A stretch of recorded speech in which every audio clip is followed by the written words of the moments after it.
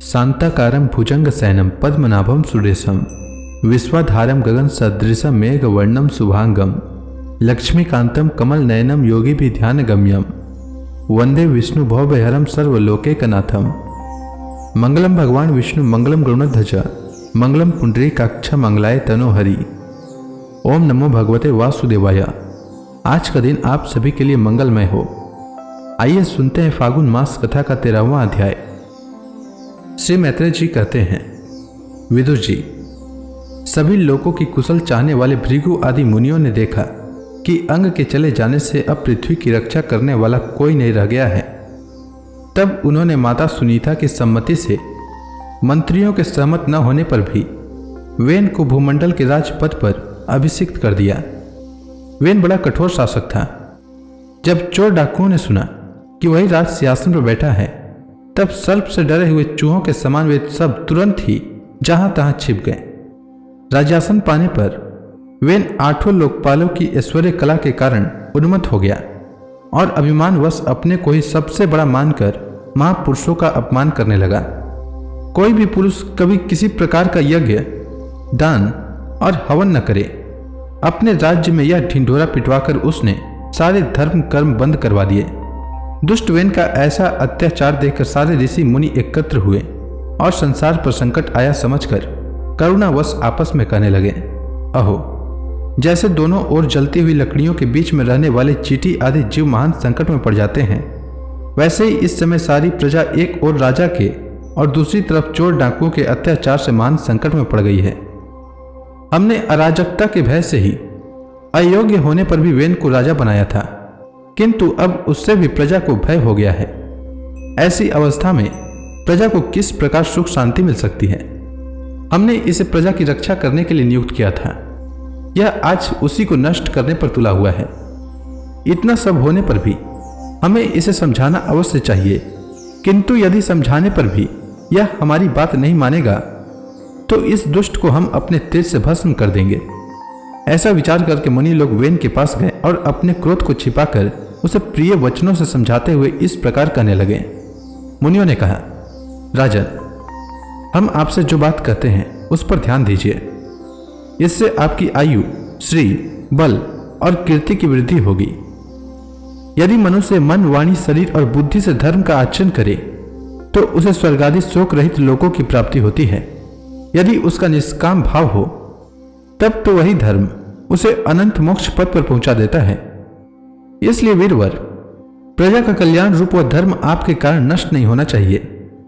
धर्म के नष्ट हो जाने से राजा भी ऐश्वर्य से च्युत हो जाता है।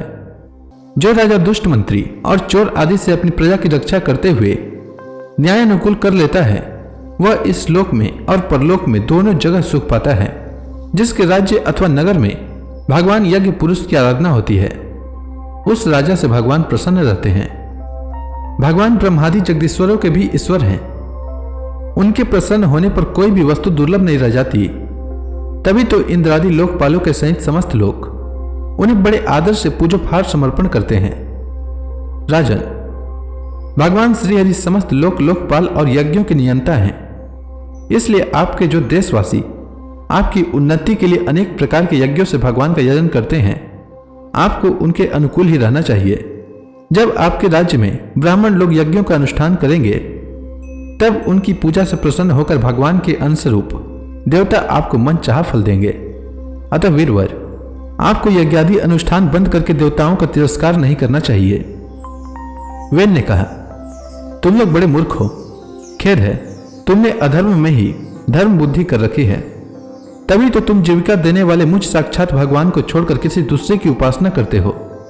जो लोग मूर्खतावश राजा रूप परमेश्वर का अनादर करते हैं, उन्हें न तो इस लोक में सुख मिलता है और न परलोक में ही। अरे, जिसमें तुम लोगों की इतनी भक्ति है, वह यज्ञ पुरुष है कौन? यह तो ऐसी ही बात हुई जैसे उल्टा स्त्रियां अपने विवाहित पति से प्रेम न करके किसी पर पुरुष में आसक्त हो जाए। विष्णु, ब्रह्मा, महादेव, इंद्र, वायु, यम, सूर्य, मेघ, कुबेर, चंद्रमा, पृथ्वी, अग्नि और वरुण तथा इनके अतिरिक्त जो दूसरे वर और शाप देने में समर्थ देवता हैं, वे सब के सब राजा के शरीर में रहते हैं। इसलिए राजा सर्वदेवमय है और देवता उसके अंश मात्र हैं। इसलिए ब्राह्मणों, तुम मत्सरता छोड़कर अपने सभी कर्मों द्वारा एक मेरा ही पूजन करो और मुझी को बलि समर्पण करो। भला मेरे सिवा और कौन अग्र पूजा का अधिकारी हो सकता है? श्री मैत्रेय जी कहते हैं, इस प्रकार विपरीत बुद्धि होने के कारण वह अत्यंत पापी और कुमार्गामी हो गया था। उसका पुण्य क्षीण हो चुका था। इसलिए मुनियों के बहुत विनय पूर्वक प्रार्थना करने पर भी उसने उनकी बात पर ध्यान न दिया। विदुर जी, अपने को बड़ा बुद्धिमान समझने वाला वेन ने जब उन मुनियों का इस प्रकार अपमान किया तब वे उस पर अत्यंत कुपित हो गए। अपने छिपे हुए क्रोधों को प्रकट कर उन्होंने उसे मारने का निश्चय कर लिया। वह तो भगवान की निंदा करने के कारण पहले ही मर चुका था, इसलिए केवल हुक्कारों से ही उन्होंने उसका काम तमाम कर दिया। जब मुनिगण अपने अपने आश्रमों को चले गए तब इधर वेन की शोका कुल माता सुनीता मंत्रादि के बल से तथा अन्य युक्तियों से अपने पुत्र के शव की रक्षा करने लगी। एक दिन वे मुनिगण सरस्वती के पवित्र जल में स्नान कर अग्निहोत्र से निवृत्त हो नदी के तीर पर बैठे हुए हरि चर्चा कर रहे थे। उन दिनों लोकों में आतंक फैलने वाले बहुत से उपद्रव होते देखकर वे आपस में कहने लगे, आजकल पृथ्वी का कोई रक्षक नहीं है।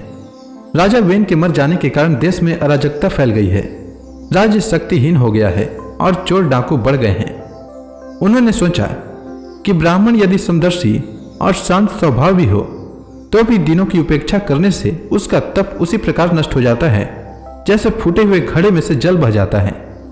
फिर राजर्षि अंग का वंश भी नष्ट नहीं होना चाहिए, क्योंकि इसमें अनेक अमोघ शक्ति और भगवत परायण राजा हो चुके हैं। ऐसा निश्चय कर उन्होंने मृत राजा की जांघ को बड़े जोर से मथा तथा उसमें से एक बौना पुरुष उत्पन्न हुआ। वह कौवे के समान काला था।